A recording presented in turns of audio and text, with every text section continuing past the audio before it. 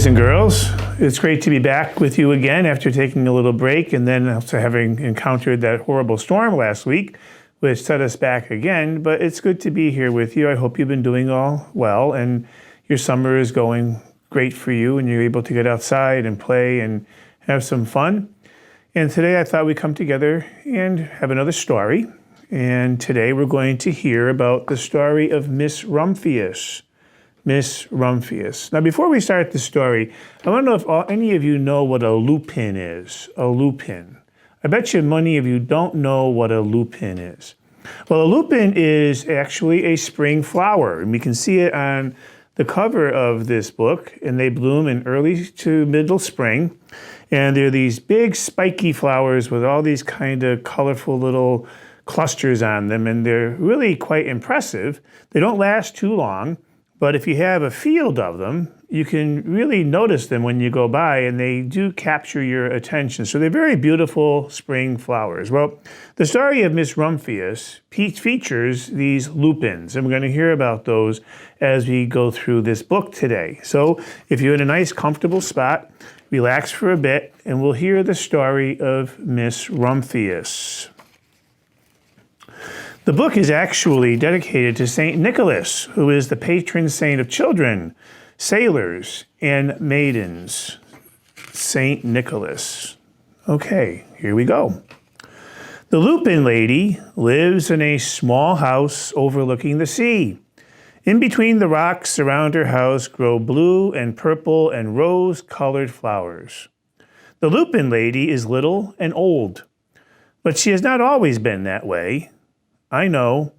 She is my great aunt, and she told me so. Once upon a time, she was a little girl named Alice, who lived in a city by the sea. From the front stoop, she could see the wharves and the bristling mass of tall ships. Many years ago, her grandfather had come to America on a large sailing ship.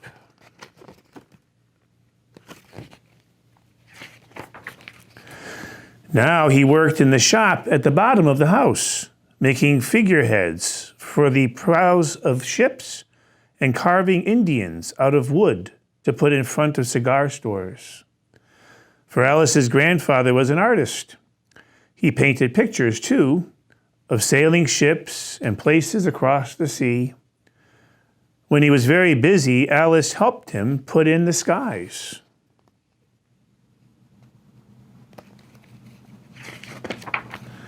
In the evening, Alice sat on her grandfather's knee and listened to his stories of faraway places. When he had finished, Alice would say, "When I grow up, I too will go to faraway places. And when I grow old, I too will live beside the sea." "That is all very well, little Alice," said her grandfather. "But there is a third thing you must do." "What is that?" asked Alice. "You must do something to make the world more beautiful," said her grandfather. "All right," said Alice, but she did not know what that could be. In the meantime, Alice got up and washed her face and ate porridge for breakfast. She went to school and came home and did her homework, and pretty soon she was all grown up. Then my great-aunt Alice set out to do the three things she had told her grandfather she was going to do. She left home and went to live in another city far away from the sea and the salt air. There she worked in a library, dusting books and keeping them from getting mixed up, and helping people find the ones they wanted. Some of the books told her about faraway places. Have your parents ever taken you to a library?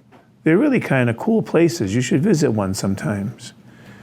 People called her Miss Rumpius now.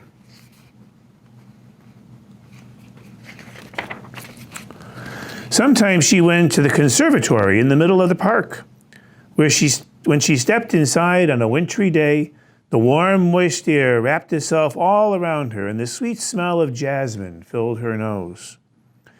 "This is almost like a tropical isle," said Miss Rumpius, "but not quite." in a conservatory, all kinds of plants and flowers can grow, even in the middle of a winter. So Miss Rumpius went to a real tropical island where people kept cockatoos and monkeys as pets. She walked along long beaches, picking up beautiful shells. One day, she met the Bapa Raja, king of a fishing village. "You must be tired," he said. "Come into my house and rest." So Miss Rumpius went in and met the Bapa Raja's wife. The Bapa Raja himself fetched a green coconut and cut a slice off the top so that Miss Rumpius could drink the coconut water inside. Before she left, the Bapa Raja gave her a beautiful mother-of-pearl shell, which he had painted a bird of paradise on, and the words, "You will always remain in my heart." "You will always remain in mine too," said Miss Rumpius.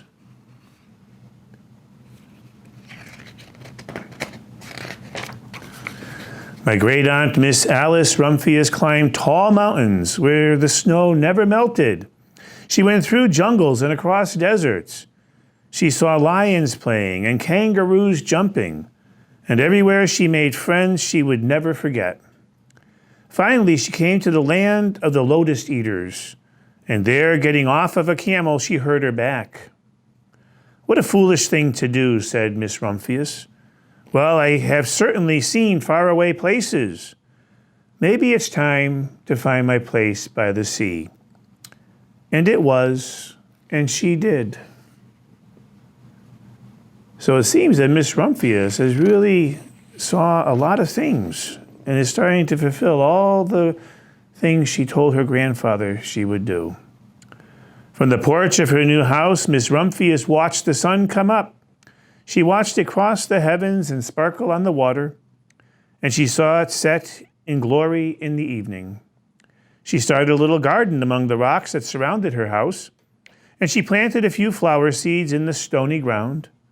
Miss Rumpius was almost perfectly happy. But there is still one more thing I have to do. I have to do something to make the world more beautiful, she said. But what? The world is already pretty nice. Looking over the ocean.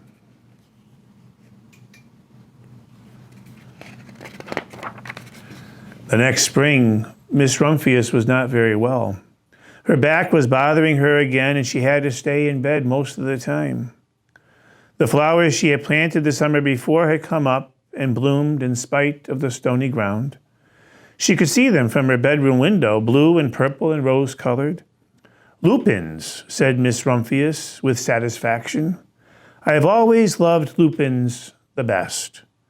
I wish I could plant more seeds this summer so that I could still have more flowers next year." But she was not able to do so.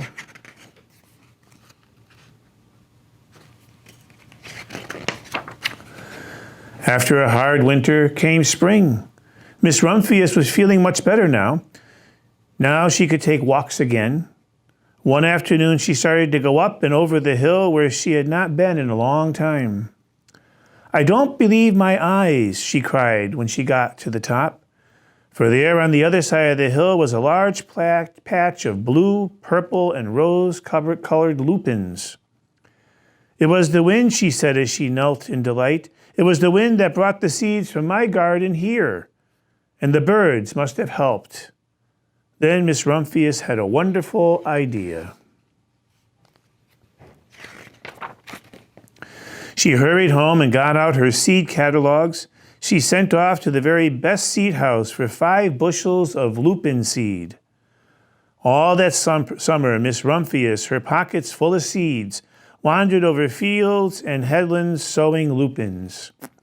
She scattered seeds along the highways and down the country lanes.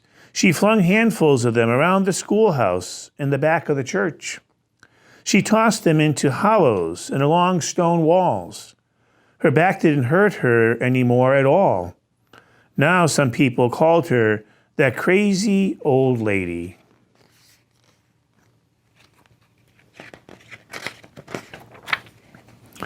The The next spring there were lupins everywhere. Fields and hillsides were covered with blue, purple, and rose-colored lupins. They bloomed along the highways and down the lanes. Bright patches lay around the schoolhouse and the back of the church. Down the hollows and along the stone walls grew the beautiful flowers. Miss Rumpius had done the third, the most difficult thing of all.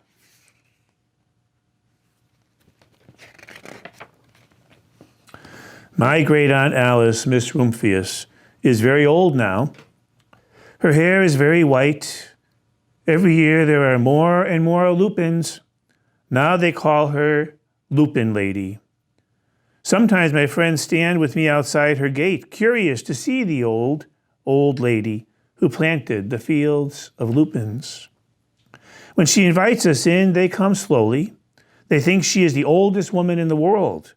Often she tells us stories of faraway places. When I grow up, I tell her, I too will go to faraway places and come home to live by the sea. That's all very well, little Alice, says my aunt, but there's a third thing you must do. What is that, I ask. You must do something to make the world more beautiful. All right, I say.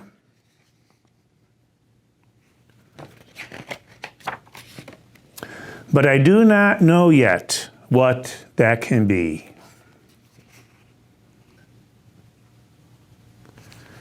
The end. And so there's your job for the week. You can begin to think about how you can make the world more beautiful. Talk with mom and dad. It doesn't have to be a big thing. Miss Rumpius just planted seeds that grew all over the place and brought beauty across the lands, beauty that people could admire and appreciate, beauty that allowed them to see the hand of God in the work that she did. And that's really what makes us happy, when we cooperate with God and we use our gifts that God has given us and we make the world more beautiful. Our world does need beauty, and each one of us in our own little way can find our way to doing so. So there's your job. Hope you do it well. Make the world more beautiful in some small way this week. God love you. I love you. You're in my prayers. God bless.